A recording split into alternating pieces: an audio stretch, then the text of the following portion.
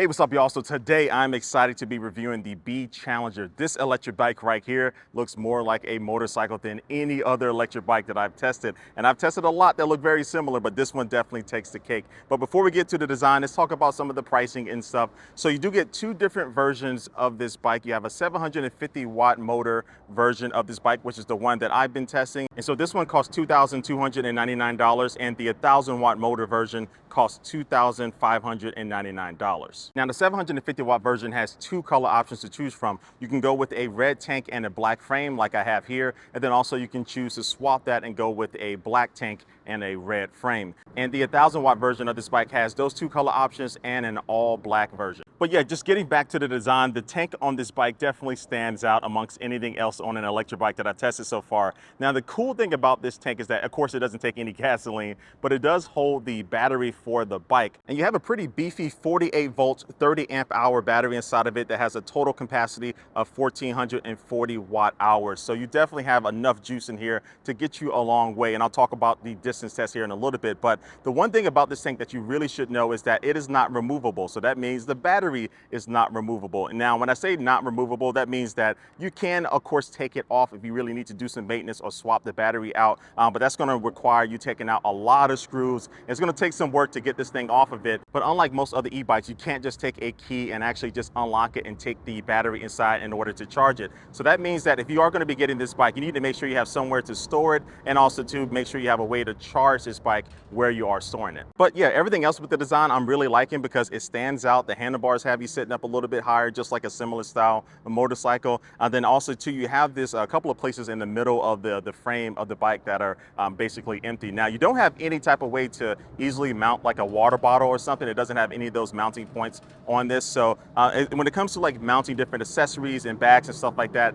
you might find yourself having to get a little creative with this type of bike. And if you are thinking about carrying a lot of things on your ride, you do not have a rear rack on this bike either. There's no option, and I don't really see an easy way to attach one on the back of this bike. Now, if you haven't noticed already, this is a pretty beefy bike and it weighs a whopping 106 pounds. So this is the heaviest e-bike that I've tested so far. So what this means is that you're not going to be able to just like quickly pick this thing up and put it in the back of your car. This is basically like you start on it from your destination, you go ride, and you come back to that destination, because this is not going to be something that's very friendly with bike racks on your cars and stuff. And because of the size of the gas tank, you might find it a little bit hard to find places where you can grab the bike and kind of maneuver it, especially when you're trying to put it in storage and stuff. So definitely I had to kind of reach under to get that middle part to move it around. So if it has some type of handling point or just like a handle or something that I can grab on, that would be better as far as moving this thing around. But one advantage of the beefiness of this bike is that it does have a weight capacity of up to 400 pounds. So that is a lot. You don't really see that a lot on e-bikes. So that means if you're a bigger person or you just want to carry a lot of stuff,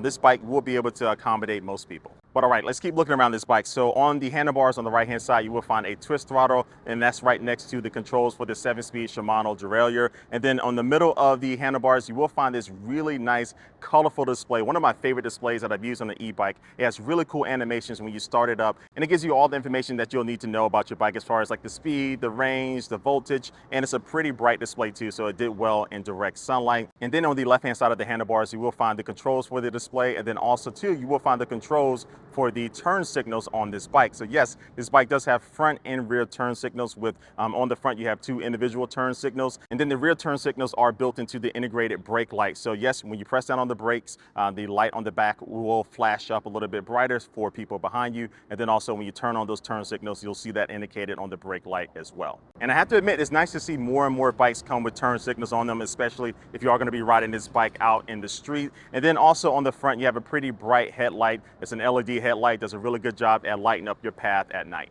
Oh, and below the turn signals, you do have a button for the horn. Now this bike does have a walkie mode where it will turn on the motor for a little bit, and if you are walking alongside it, it will make it a little bit easier. But to enable it, you just press down on the down button for a few seconds, but you'll see here it's a little aggressive. Holding it down and it will start. All right, so it definitely has a little bit of a kickstart to it, and you can let go of the button and the motor will still keep going along, but in order to stop it, press down on the brake button. But yeah, it's a little bit aggressive. I understand it has a lot of weight to move, but I want to see that dialed down just a little bit. All right, so now for my speed test, and this first one is just going to be using the throttle only. So let's get this thing going in 3, 2, 1, boom. Let's go. All right, I'm just gonna be relying on the display here on the bike. I forgot to bring my mount so I can put my phone with a GPS app going, but we're already at 17 miles per hour, 18 miles per hour, 19, 20, 21, 22, 23, 24, and it's just not bad for a bike of this size and weight. We're at 25 miles per hour, 26, 27, 28. All right, we hit 28.5, and I had a little dip there. Let's see if we can get it a little higher. We had 29.6, and we actually hit 31 there for a little bit, but it quickly went back down to 29 miles per hour. And test out the hydraulic disc brakes there. So you can see, like, again, most of the e-bikes out there, the display doesn't really accurately show how fast you're going, but I did do a test with my GPS a couple of days ago, and on average, I was able to get up to around 28, sometimes 29 miles per hour using just the throttle only. But now let's see what happens when I do use pedal assist. And all right, I'm on pedal assist level 5, so let's get this pedal assist test going in 3, 2, 1, boom. All right, so it takes about a second. I'm a little wobbly, but it takes about a second for the motor to kick in. This does use a cadence sensor, which you find a lot on e-bikes, but we're at 18 miles per hour. I'm gonna put some more effort into this thing. 22 miles per hour, 23, 24, 26, 27, 29, 31, 32. All right, woo! I hit 32 miles per hour. Test out this brake's really good this time.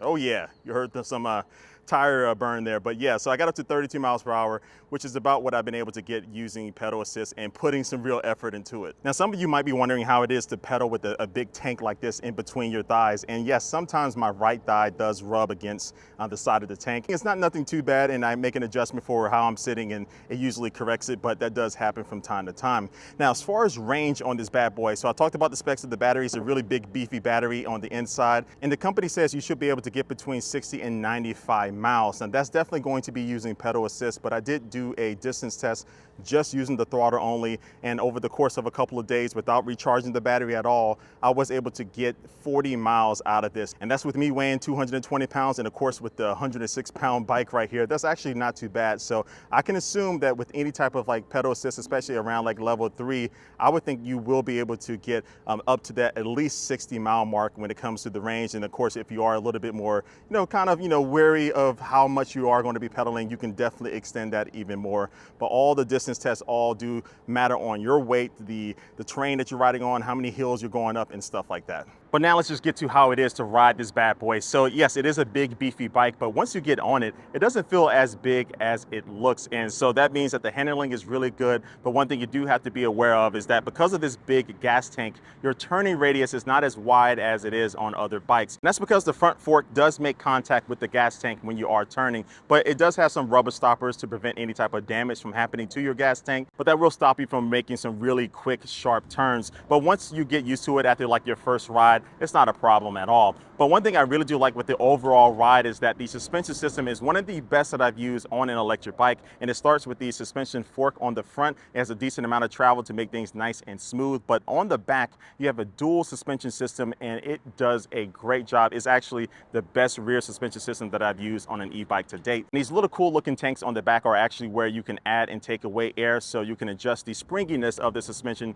to your liking. But I just been using it stock out of the box, and it feels so good, especially with this seat too, which is a nice comfortable seat. It comes in brown on this colorway and black on the other colorways. And even though the seat is not adjustable, I felt like I was at a really good riding stance when I was on this bike. And I'm 6 feet tall, but this bike is rated for people who go between 5'2" and 6'5", so you have a decent amount of range there with height. But for me, as long as you know what type of bike that you're getting, I felt like the ride was really comfortable, and I was able to ride on this thing for a long time without feeling uncomfortable at all, especially with the seat and the suspension system working really good together. And now if you are curious about whether or not you can take this bike off-road, it does have 26 by 4-inch fat tires that have a decent amount of treading on them, where I think you'll be fine in some light off-road use. But because of the weight and also the very tight turning radius, I wouldn't recommend taking this on like bike trails where you have to do quick, fast movements and stuff, because if you do find yourself stuck, you're gonna have to kind of like really wiggle yourself out of that situation because of the size and the weight of this bike. But again, I think it's definitely very sturdy and has that suspension system where if you do need to go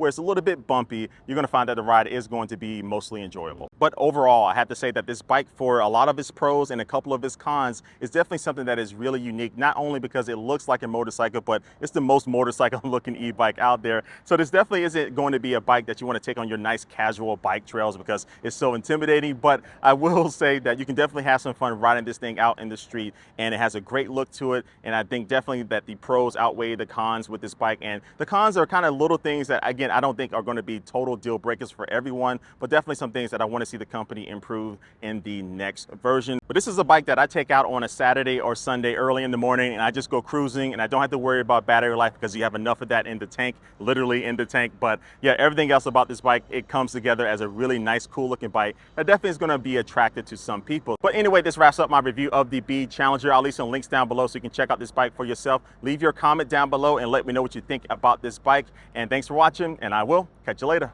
Peace.